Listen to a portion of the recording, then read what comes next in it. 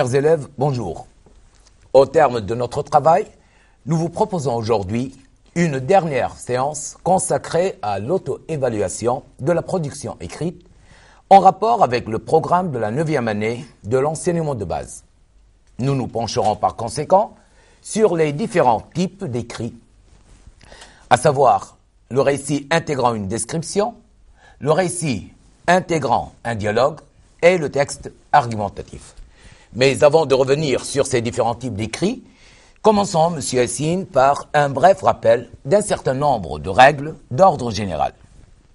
Effectivement, pour réussir toute production écrite, il faut toujours commencer par lire et comprendre un sujet. Lors de cette première phase, il s'agit de découvrir le texte du sujet, d'en distinguer les différentes parties, en l'occurrence les données du sujet et la consigne. Pour garantir une bonne compréhension du sujet, nous devons suivre les étapes suivantes. Repérer et relever les mots et expressions clés. Voilà. Expliciter le sens des mots et expressions relevées. Enfin, vérifier notre compréhension par une reformulation du sujet. Élaborer un plan. Le but de cette phase est d'assurer une progression logique dans votre production. Évidemment, cette progression dépend du type de texte à produire. Nous reviendrons ultérieurement avec de plus amples détails sur les différentes démarches à adopter pour chaque type de texte. Recherchez les idées. Lors de cette phase, vous devez d'abord trouver les idées en rapport avec le problème posé dans les données du sujet, d'en choisir les plus importantes et enfin les classer et les mettre en ordre pour garantir une progression logique. On passe à la rédaction, donc rédiger. Une fois ma compréhension du sujet est assurée, mes idées sont claires et bien organisées, je peux passer à la rédaction de ma production en prenant en considération la situation d'énonciation, la problématique, le vocabulaire en rapport avec la problématique et le type de texte à rédiger. Nous devons donc maintenant réviser notre rédaction.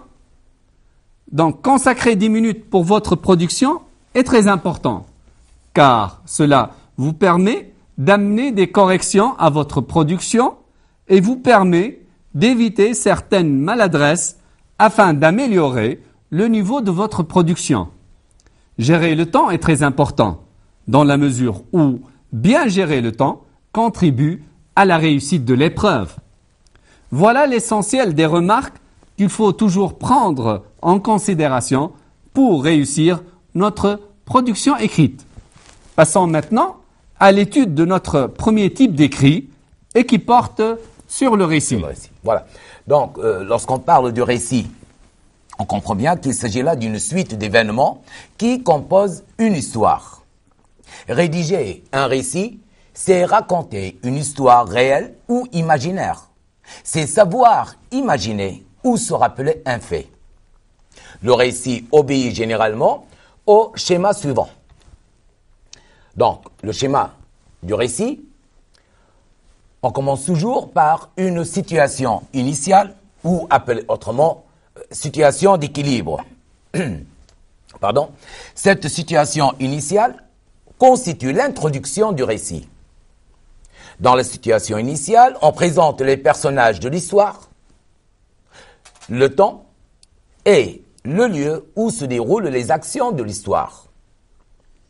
On doit mentionner également les événements qui se déroulent dans un cadre caractérisé par un équilibre avant que n'arrive l'événement perturbateur.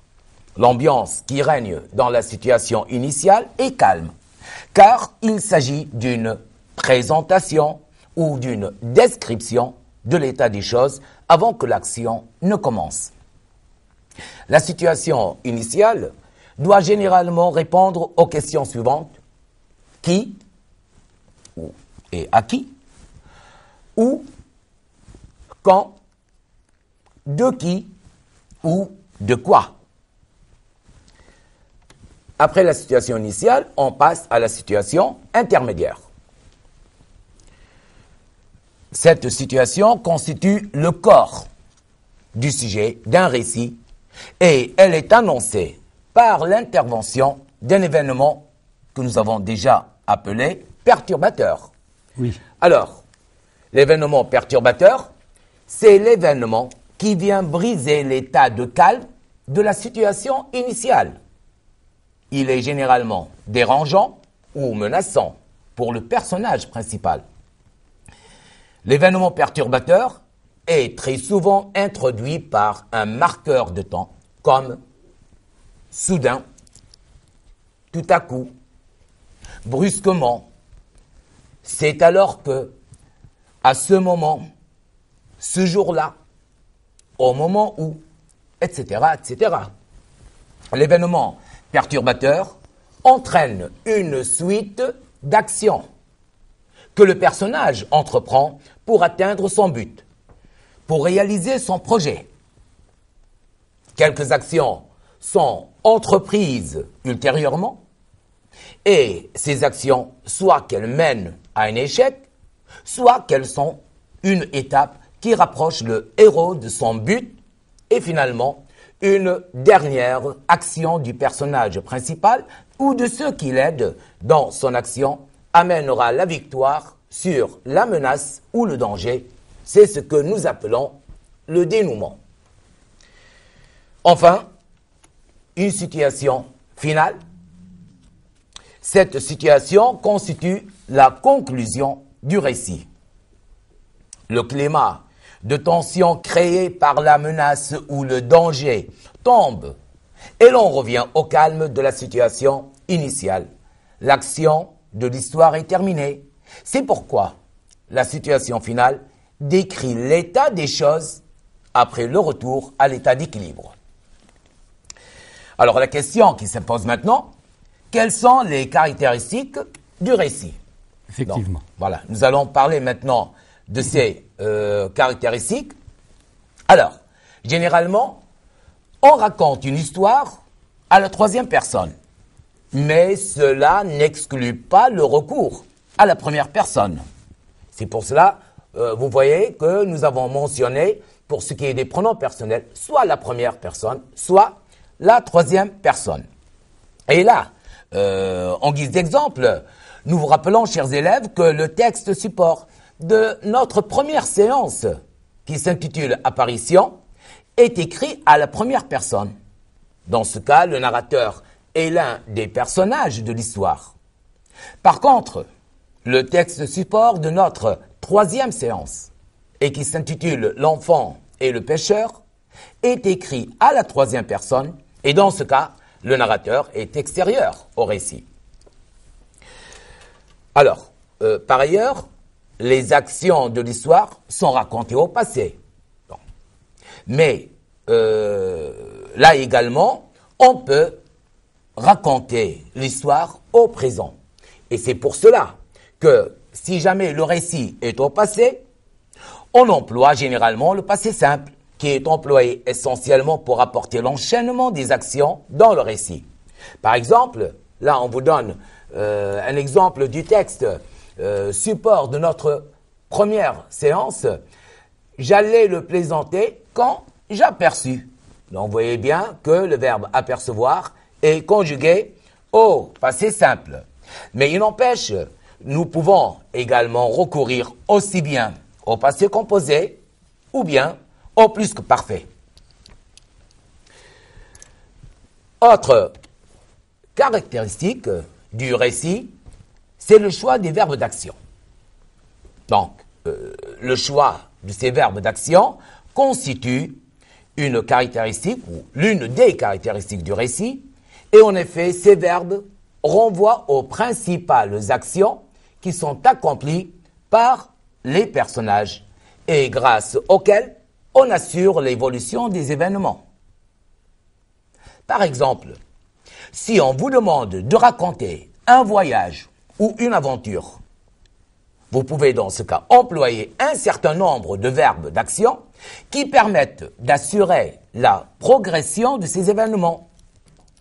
Alors là, on peut citer, par exemple, se réveiller tôt, faire ses valises, prendre le petit déjeuner, prendre un taxi, se rendre à la gare des trains et s'installer dans un compartiment. Ces verbes-là, donc, ou ce choix que nous avons fait des verbes d'action, nous mène à dire que les événements de l'histoire sont racontés dans un ordre chronologique et que pour ce faire, on doit recourir à des expressions qui fonctionnent comme des repères temporels permettant de situer les actions sur l'axe de temps.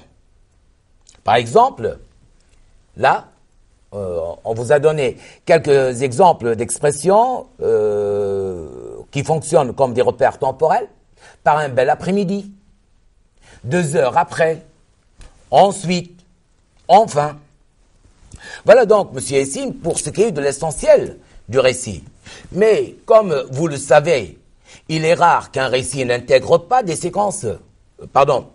il est rare qu'un récit n'intègre pas des séquences descriptives ou n'insère pas un dialogue.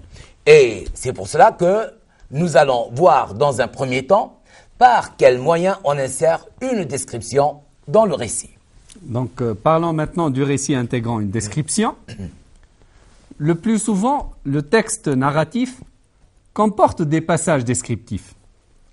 La description sert à faire voir au lecteur l'aspect extérieur des lieux, des objets ou des personnages.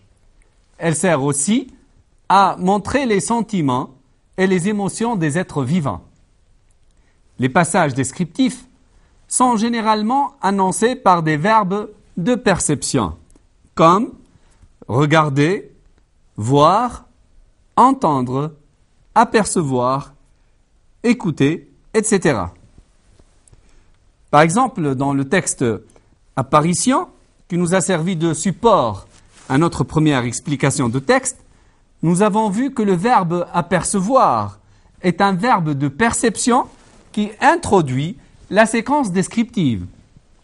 C'est à travers le regard de « je », en l'occurrence le narrateur, que se fait la description.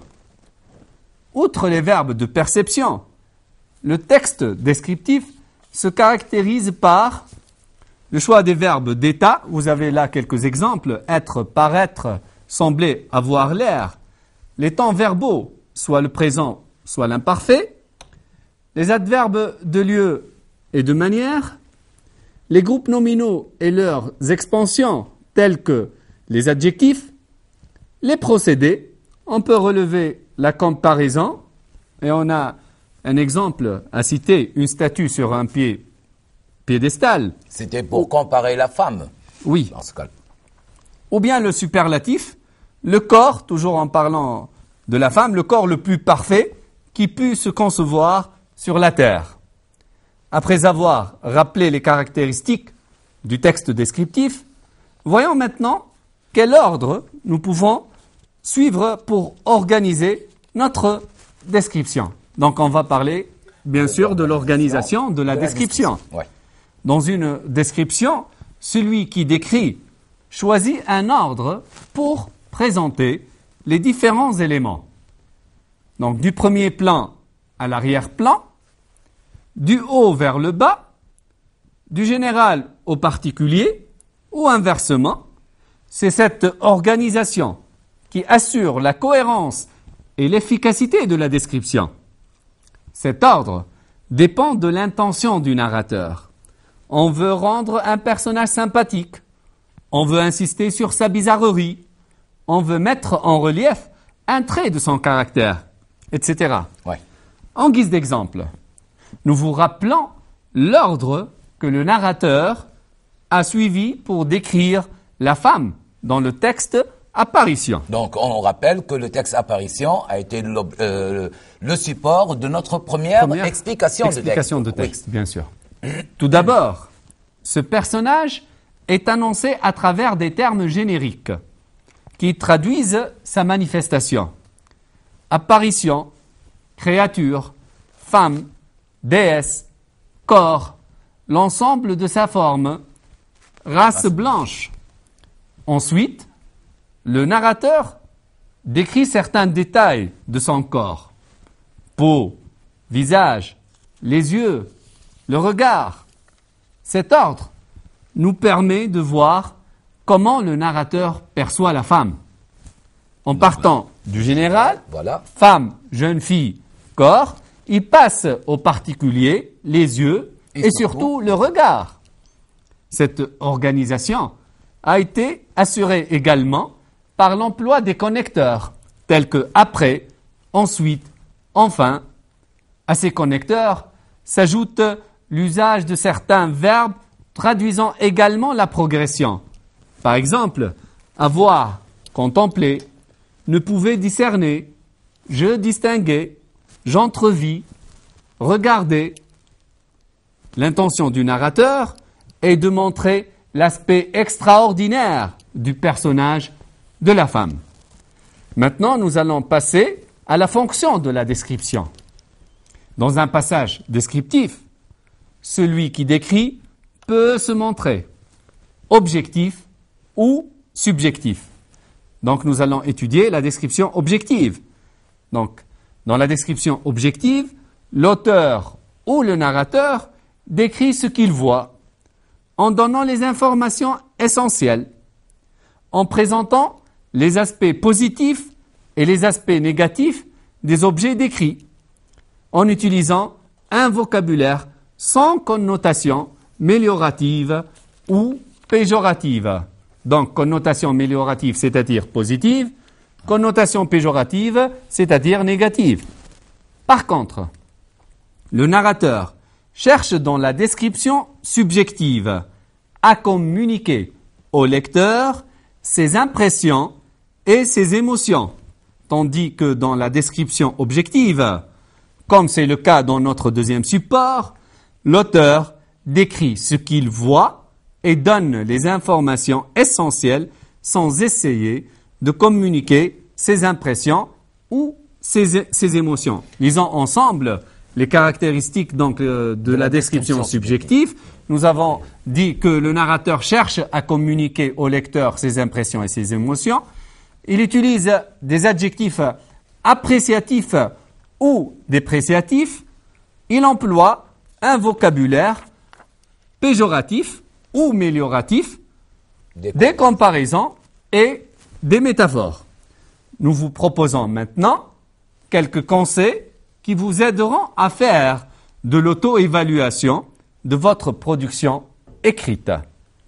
Donc, quand je rédige un récit dans lequel j'insère une description, je lis le sujet, donc j'identifie et je délimite les composantes du sujet, je comprends la tâche que je dois accomplir.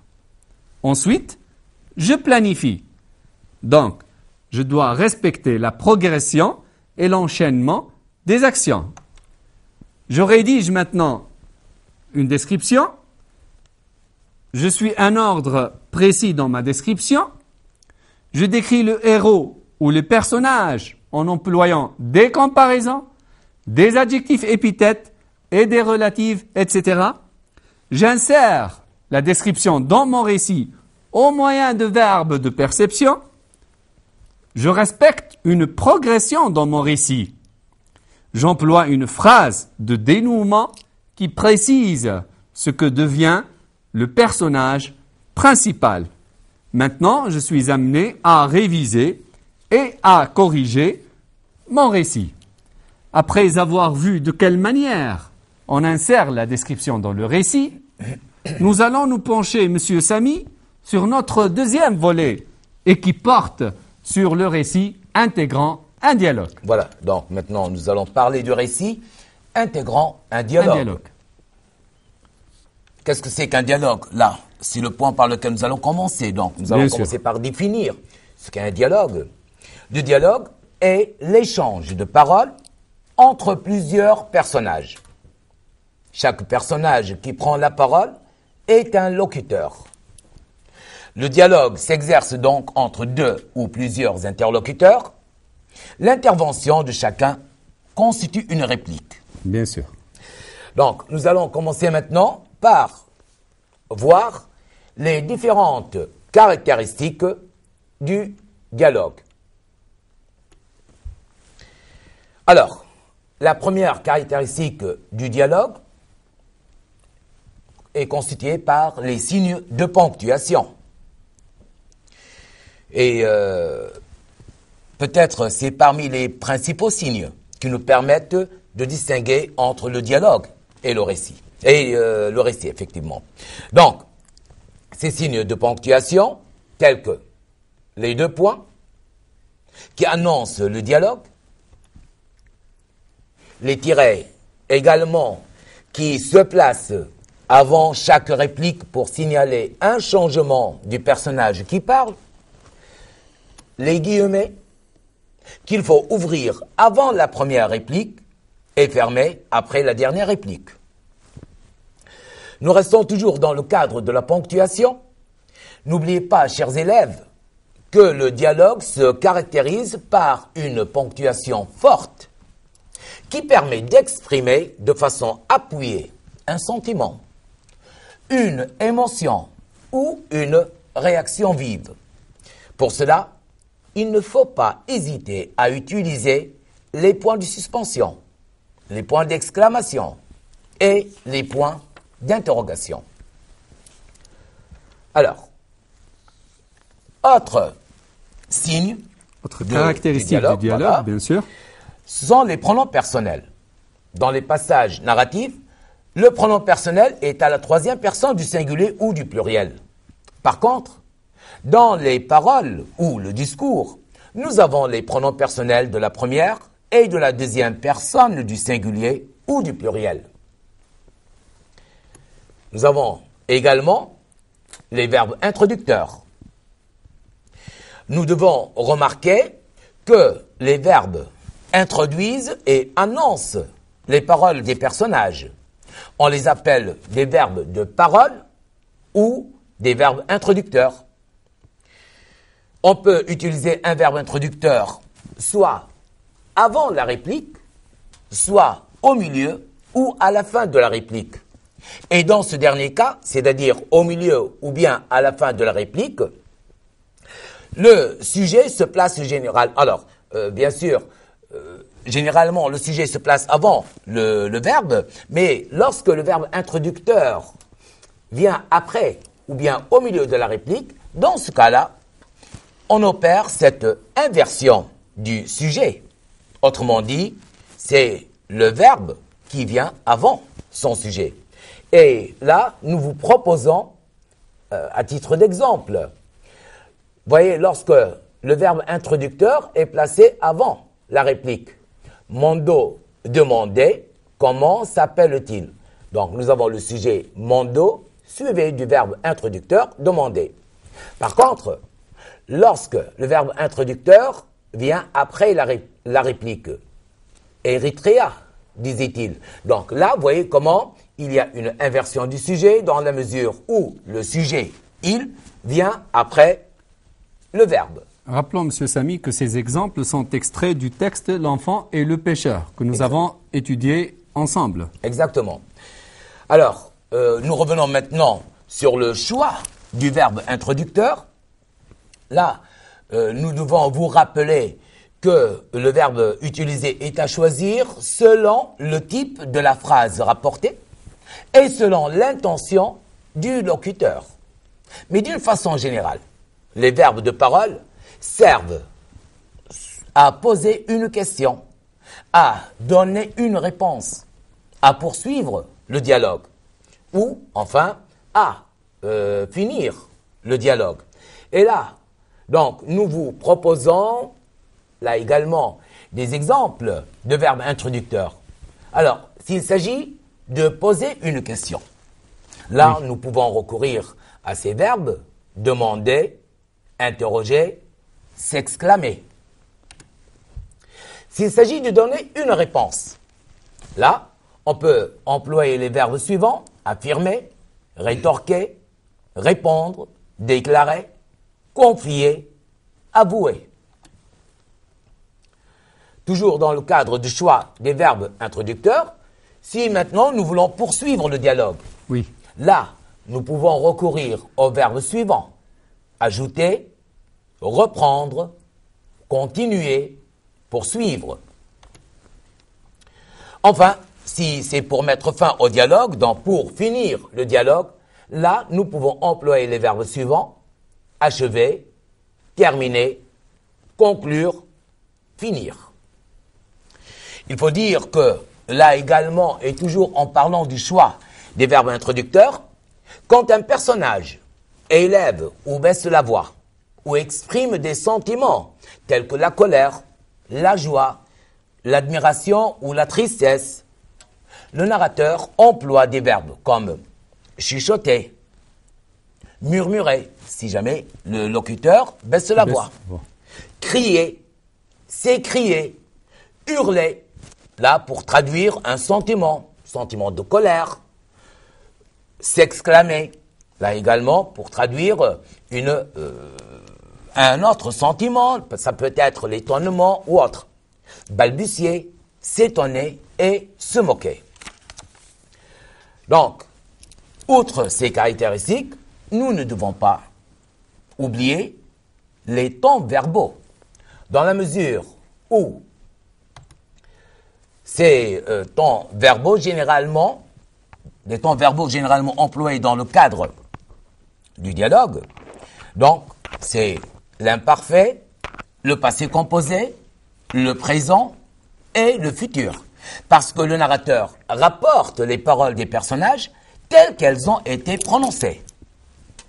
Voilà donc pour ce qui est des différentes caractéristiques du dialogue. Et nous allons procéder maintenant à l'étude de la fonction du dialogue dans le récit. Alors, nous allons, dans ce cas-là, répondre à la question suivante. Quelle est la fonction? C'est-à-dire, quel est le rôle du dialogue dans le récit? Dans le dialogue, les personnages donnent des informations sur leur vie, leur identité, leurs sentiments et les rapports qu'ils entretiennent entre eux. Le dialogue a donc un rôle informatif et descriptif. En faisant parler les personnages, le dialogue permet également de rendre le récit plus vivant et de donner au lecteur l'impression d'assister à la scène. Et comme nous l'avons fait précédemment, nous terminons ce volet par un rappel de certains conseils qui pourront vous être utiles pour évaluer votre production écrite. Alors, là, ce que concerne ces conseils méthodologiques, donc, pour évaluer ma production écrite, bien sûr, il faut toujours commencer par lire le sujet. Donc, je lis le sujet, j'identifie et je délimite les composantes du sujet, je comprends la tâche que je dois accomplir. Ensuite, j'élabore un plan. Et dans l'élaboration de mon plan, je dois respecter la progression et l'enchaînement des actions.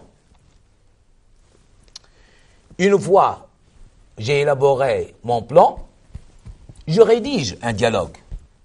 Et là, je dois faire attention aux signes de ponctuation à employer. Je fais attention également au temps des verbes à employer et j'emploie des verbes introducteurs et je choisis bien leur place et leur sens.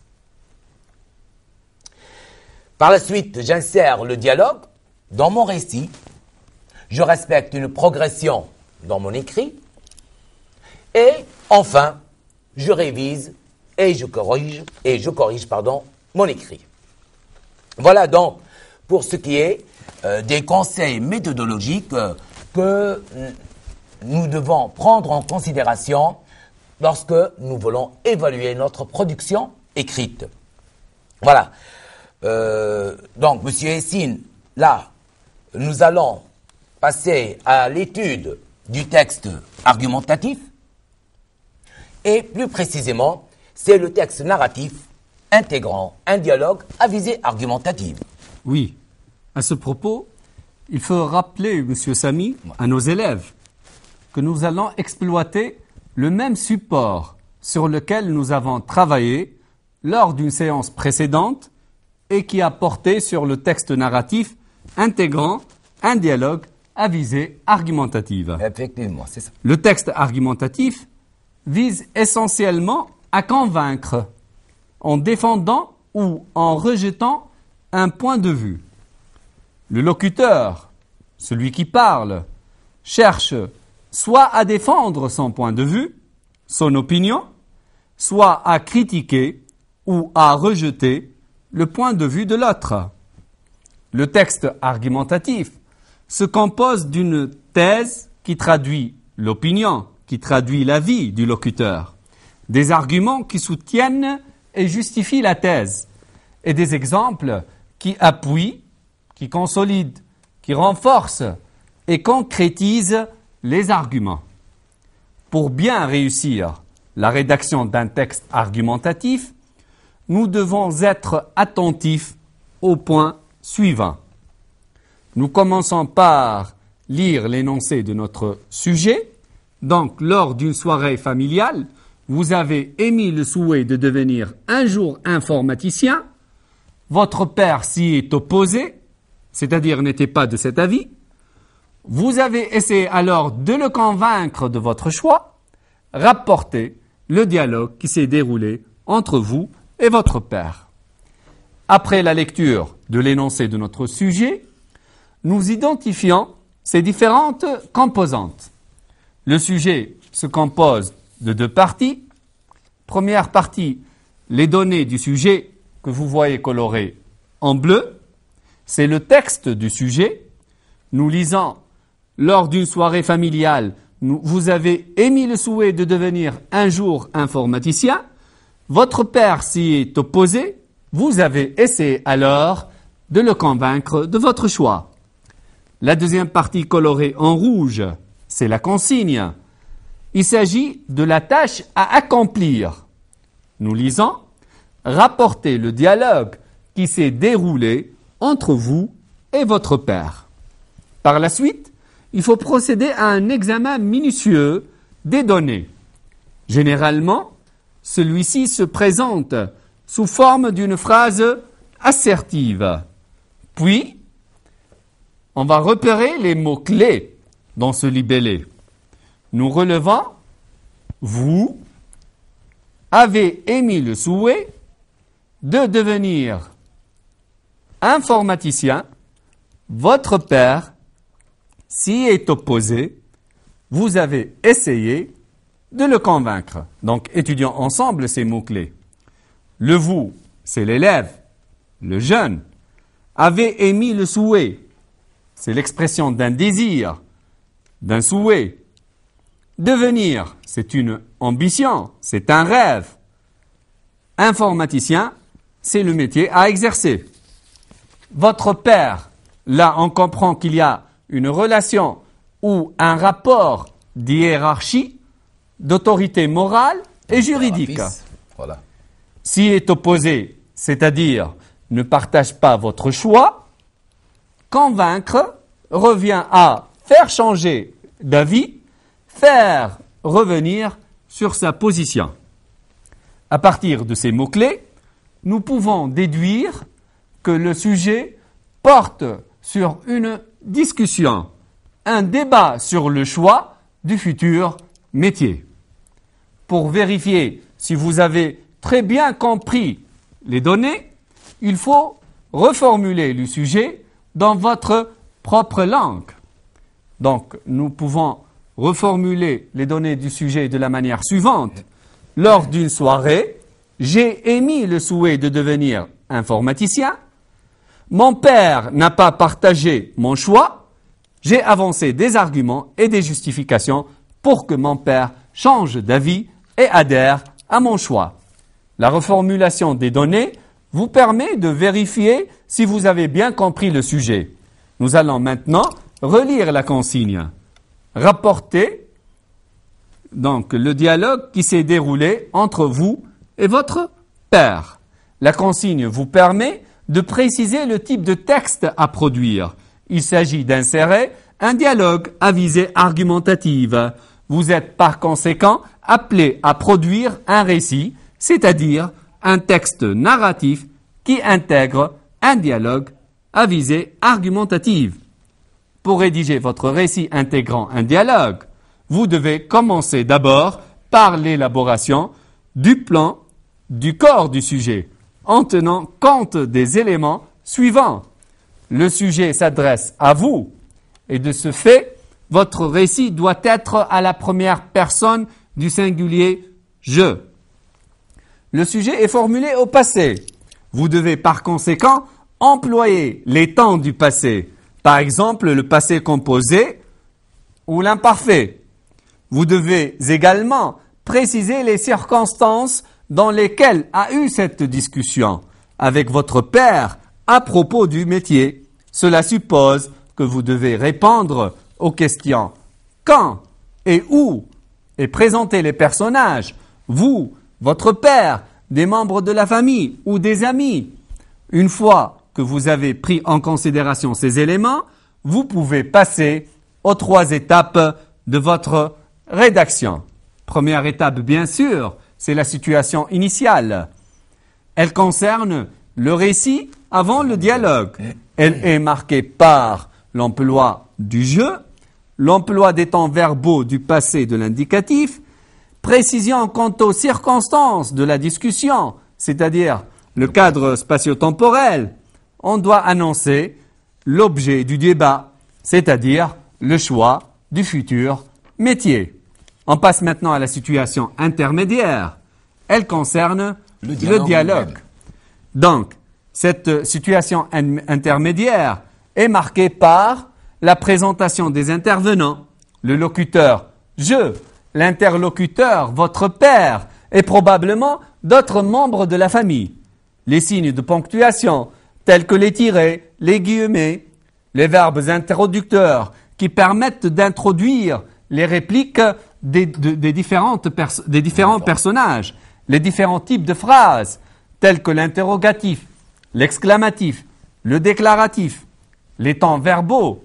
Étant donné que le sujet porte sur le choix du futur métier, nous pouvons utiliser le présent et le futur. Les expressions qui traduisent le choix ou l'opinion. Donc, nous vous proposons en guise d'exemple des expressions qui traduisent soit le choix, j'aimerais devenir informaticien, soit l'opinion, par exemple, je pense que le métier d'informaticien est passionnant, des justifications ou des arguments. Les informaticiens qualifiés sont les enfants gâtés du marché du travail. Exemple, ils bénéficient souvent d'un traitement de faveur. Enfin, la situation finale, elle concerne le récit et intervient après le dialogue. Elle est marquée par l'emploi de je et de il, emploi des mêmes temps verbaux du passé, marque le résultat, changement positif ou négatif quant à l'attitude du père, la fin de la soirée. Si vous voulez bien, Monsieur Samy, nous allons procéder à une récapitulation où nous rappelons à nos élèves les éléments les plus importants à retenir. Bien sûr. Donc, pour cette récapitulation, alors, je commence par la situation initiale, c'est-à-dire le récit. Là, on doit mentionner qui parle, les circonstances, quand et où, les personnages, les temps verbaux. À ce niveau-là, il faut respecter les éléments suivants. Le narrateur, c'est je. Lors d'une soirée familiale, à l'occasion d'une veille ramadanesque, le lieu, c'est la maison, les personnages, c'est le je du narrateur et le il, du père, des invités, les membres de la famille, et puis pour les temps verbaux, là, les temps du récit au passé, que ce soit passé composé, passé simple, imparfait.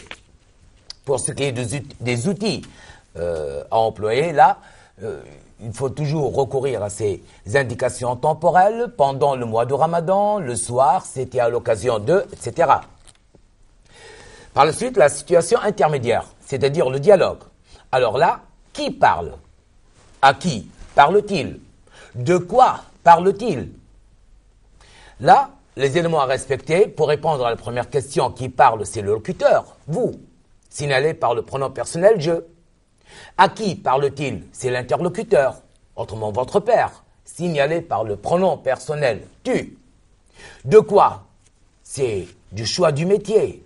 Et enfin, les temps verbaux à employer sont les temps du discours, le présent, le futur, le passé. Et là, également, pour ce qui est des outils, il ne faut pas oublier les verbes introducteurs, les articulateurs logiques, tels que d'abord, ensuite, enfin, les articulateurs rhétoriques, et des expressions qui traduisent soit le choix, soit l'opinion. Enfin, la situation finale, et là, ça concerne le récit. Cette situation porte sur le dénouement, c'est-à-dire le résultat de votre dialogue. Les éléments à respecter, ce sont les mêmes temps verbaux et les mêmes personnages. Pour ce qui est des outils, il faut employer à titre d'exemple alors, c'est ainsi que, enfin. Alors, après avoir élaboré le plan du corps du sujet, il faut rédiger l'introduction et la conclusion. En effet, l'introduction et la conclusion ne prennent forme que lorsque le corps du sujet est définitif. Alors, pour ce qui est de l'introduction, il faut poser le problème. Voilà, exactement. Donc, poser le problème, par exemple, dans notre cas, le choix du métier, peut être parfois source de désaccord entre l'enfant et ses parents. Par la suite, présenter la situation de communication et annoncer le sujet, c'est-à-dire le désaccord entre vous et votre père concernant le choix de votre futur métier. Pour ce qui est de la conclusion, vous donnerez le résultat de la discussion en insistant sur l'effet produit sur votre interlocuteur, par exemple un éventuel changement dans l'attitude du père. Donc, Monsieur Samy, nous allons maintenant donner quelques conseils méthodologiques à nos élèves qui leur permettront d'évaluer leur propre production écrite. Donc, effectivement, quand je rédige un récit intégrant un dialogue à visée argumentative, je lis le sujet, bien sûr. J'identifie et je délimite les composantes du sujet. Je comprends la tâche que je dois accomplir. J'élabore un plan. Je cherche les arguments et les exemples qui renforcent mon point de vue. Donc, dans le dialogue, je dois faire attention aux signes de ponctuation à employer, au temps des verbes à employer, et je dois employer bien sûr des verbes introducteurs et choisir leur place et leur sens. Je rédige un récit intégrant un dialogue à visée argumentative. Je respecte une progression logique dans ma rédaction. J'emploie des articulateurs logiques qui relient les différentes parties de mon écrit. Je révise et je corrige mon écrit. Voilà. Chers élèves, ainsi s'achève notre dernière séance que nous avons consacrée à l'évaluation de l'écrit. Avant de vous quitter, nous voulons présenter nos vifs remerciements à Madame Semiagri, inspectrice des écoles de base et du secondaire, aux enseignants Monsieur Mahmoud Dammak et Monsieur Ahmed Kashouri, et à toute l'équipe technique de l'unité de l'exploitation télévisée de Sfax. Voilà, nous vous disons donc bonsoir et bonne réussite.